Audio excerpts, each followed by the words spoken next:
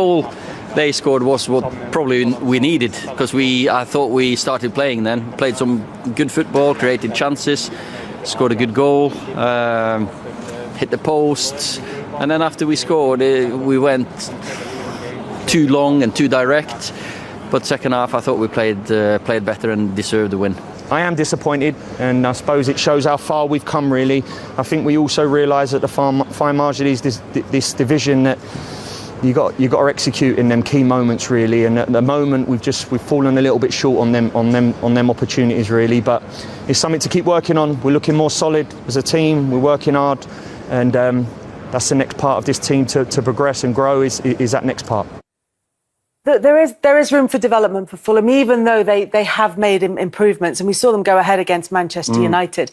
But Manchester United now back at the top of the Premier League table. There's a few Manchester United fans a bit confused as to how they got there, because they haven't been consistently brilliant, but neither's anyone else. No. And they are putting together a consistent run now. And now what's happening is that the top players are showing their mettle now. You see, Pogba doesn't need too much space and time to score that goal. See, Bruno Fernades can come alive in a couple of minutes and win that goal. I think you have to look at their defence. The defence is very solid now.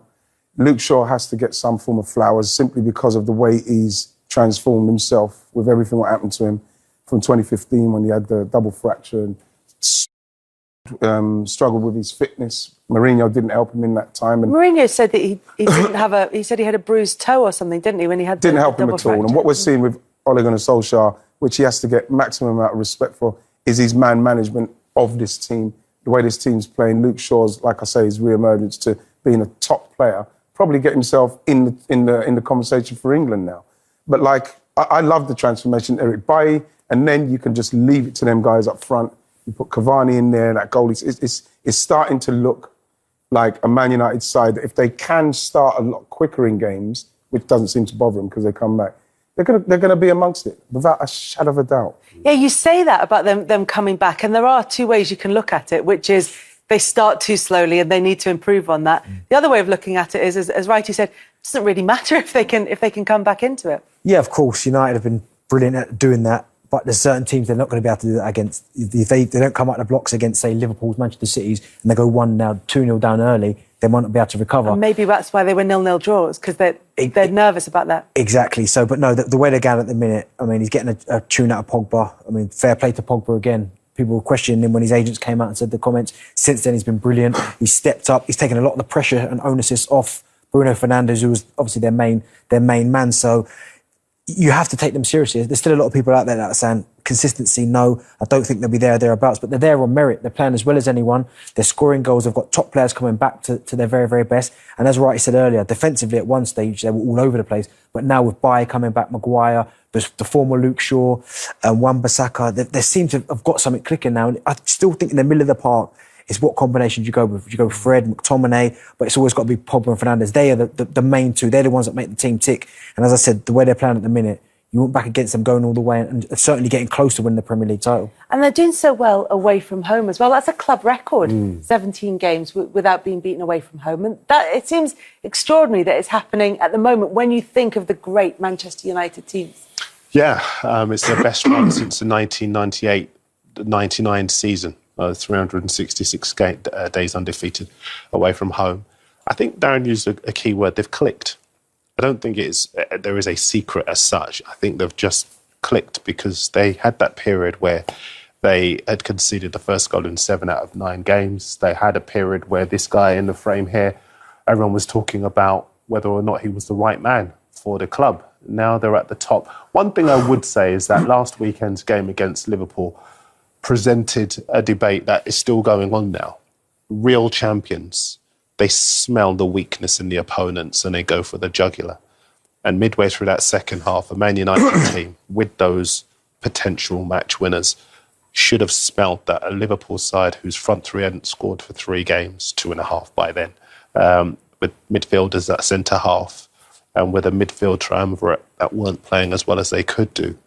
But Darren, don't you think with the 2 chances and who those 2 chances fell to in Fernandes and Pogba, they take them 2 chances, which for me, for the calibre of players that had them, then all of a sudden you're starting to say they did see the weakness. But those players in that moment, didn't take the chance. And Man United haven't beaten, I don't think, anybody in the top end of the league. Do you understand what I'm saying? That's exactly the point I was about to make. The conversation could be changed, you see, with United. But to give them their due, because, I mean, listen, I've been on here, I've given them stick before, so I want to give them credit.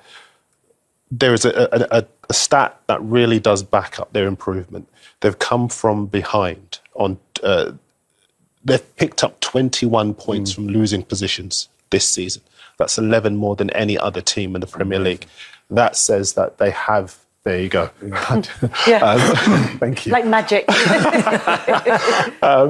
And that says that they've got that desire and that hunger and that character that marks down potential champions. Well, that's old United, isn't it? That's old United, never beaten. You know, there is that, but there's also the question of them going behind in the first place, and the fact that it does take them a bit longer to get going at times in games. But just when you think, and I know you're talking about the defensive kind of performances, and that gives them that solid base. But the pace up front that they have now is just so much more exciting to watch. At times it's been a little bit ponderous, but once you get the speed of it up and you bring someone like Cavani in with all his experience, it makes a difference. And his movement, Kels. It's like you say, me and Darren were saying about probably like the Darrens. You know, you did. You looked. You went. I just called him Darren, and I'm calling Darren as well. You know, but like Spider-Man. I was thinking as well. But when you look at that calibre of player with those players around him and the creativity of Pogba and Fernades, you do feel like, you know, Man United do need to find a way of finding that calibre of player in there. And when you look, I think it's from 2019 season to in the 2020s, they scored like 72 goals, but like 10 of them have come from the right-hand side. Now, you know there's great movement from Cavani in that, but then you start to think, OK, I'll see why the link maybe with Jadon Sancho, because if they can get the right-hand side working as well as the left, because of that pace, but Martial prefers to come in off the left, Rashford comes in off the left, even Pogba, in his favourite position, he's in and around the left-hand side. If they can balance up the right-hand side, and, you know, because 10 goals out of 70 is not enough from that, then all of a sudden, Man United's got a balance of creativity with the Greenwoods and everything, which will probably end up in the middle. Then we're talking about a real problem for teams. Yeah, we talked about the importance of the big-name players. Pogba's on really good form at the moment. Bruno Fernandes has been on good form, bar maybe one or two games at most. But Cavani is the player I want to ask you specifically about, and what he brings to Manchester United that they've missed in the past. It's the way that he can sniff out the chance, like he sniffed out in the game against Fulham. The goals he scored against Southampton, me and Darren was talking, footballer Darren was talking about the goals he scored against Southampton and his movement, and the fact that if you are going to get balls into Man United's box, he will be then scoring a goal like he scored against Fulham, which you look at the United players without him playing, you probably don't score, because you look at where he goes, and you look at where he stays and where he hangs about. You know, he's not rushed. Look where he is. He's just going to stay in and around it. You know, I have to say Fred was brilliant there. You know, Fred kept this going. And then, like I say with Bruno Fernandes, that little player, and then look where he is. Look, that is like people say, well, how come it's falling to him? Why didn't it fall to... Because of his experience, and he knows what's going to happen. Of course, you look at the goalkeeper and say, what are you doing? But then a striker like that, Darren, you have to say... He feels in his head like we have to do is gamble and say, well, he may do that. And that's the whole difference. It's like a centre forward like that, he's already thinking two moves ahead. So he's already thinking, right, if he crosses it there and someone parries it, I need to be in the right position to tap the rebound in. And I don't think they've got that. Well, they haven't got that at the club. Martial doesn't do it. Rashford, he's got all these qualities, he doesn't do it. Greenwood a little bit, but he's only young. But it's one of them where, as Wright said there, you kind of sniff danger, or there might be a chance here. And sometimes it might be the most outrageous thing that you think in your mind, like, well, it's going to ricochet off that post. It may be the goalkeeper in the back and then fall here. But you're right, there's no accident at all that he's the one in that position. And the Southampton one was probably even better than this one, because it was basically someone who mishit a shot. It took a deflection, and everyone, I think there's all 11 Southampton players are in the box, and he's got 10 yards of space. And you think, well, how is that even possible? It's because they've not seen what's going to happen next. But he's already thinking, well, if he mishits this shot, I've got a chance of scoring a goal here. And it's no secret why he's been one of the best in Europe. And that's the thing, is about staying within when the ball's being shot. It's one of the things I used to always try and make sure you stay in where the goal, because the goalkeeper's in the goal. So you go in and around where the width of the post, the ball's going to come in and around that place, because that's what we're trying to score goals. The goal he scored against Southampton, he actually found himself outside the width of the post, and then when he's just about to shoot, if you watch the goal, he's the only one moving towards it, and it goes exactly where he moves to. That's not luck. And that is what Man United have now. And like I say, if you had something like him 10 years ago, like they've always had that striker, Andy Cole, Ruud van Nistelrooy. They've always had the striker that when it's not quite going well for him, like they start the games slowly, they may get a chance in the first 5 minutes. A player of that calibre takes the chance, and then all of a sudden Man United can relax and ease into the game. Do you know, it's one of the things as well, that because Ole Gunnar Solskjaer was brilliant in it as well, at kind of anticipating what's going to happen next. But unfortunately, it's something I think you can't teach that. Like, I can tell a young centre-forward, this is where you should be if this happens. But to be that advanced like a Cavani is, to think these things, is so difficult. And that's why when he gets these goals, I mean, I think this is the one here. I mean, no, that's just a great bit of movement where he gets across the front stick. That was fantastic. It's his first one where it's like a shank shot, and all of a sudden, you think, well, hold on a second here, how has he managed to get that amount of space? Yeah. But it's because he's already thinking, well, listen, 9 times out of 10, it doesn't happen. Yeah. But the one time that he's in there, he gets the goal from him. And like you say, there is an instinct there that can't be taught, but also it's kind of, it's drilled into with experience as well. So it just doubles down on the instinct that's already there. Plus he's been in that situation countless times before, and he knows which way it can go. Yeah, this is the one you were talking right? about. So watch where Cavani is now. Watch when he's hit it. Look who's moving. Only person moving. And like, you see what, as you get older as well, what happens is that if you want to save as much energy done with that. He knows that if you move like that in the box, there's a good chance that, okay, it could deflect and go that way. But if I go in there because I know that this is where the goal is, and I go towards where the goal is, I might be able to get a flick on or something. You know what I mean, dude? When I watch him, he strikes me as an old school predator, like a Shearer, like you both of you. I mean, I think he's a sort of guy who, forwards now, they can play off the left or, off the right or whatever, but he wants to stay in the box, in the 18-yard box or in the 6-yard box. He is somebody, like you say, who wants to conserve energy.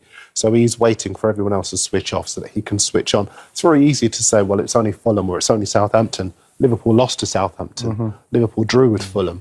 Chelsea struggled to beat Fulham. There are so many of the other teams that have come up against these teams and struggled to break them down. But he's proved the difference. Do you know as well, that goal against Southampton as well, what makes it extra special as well is that the Southampton players don't even look. So some of them put their hands up and wait for offside. But because his movement is anticipated that much, that's how you get your tap-ins. Freebies.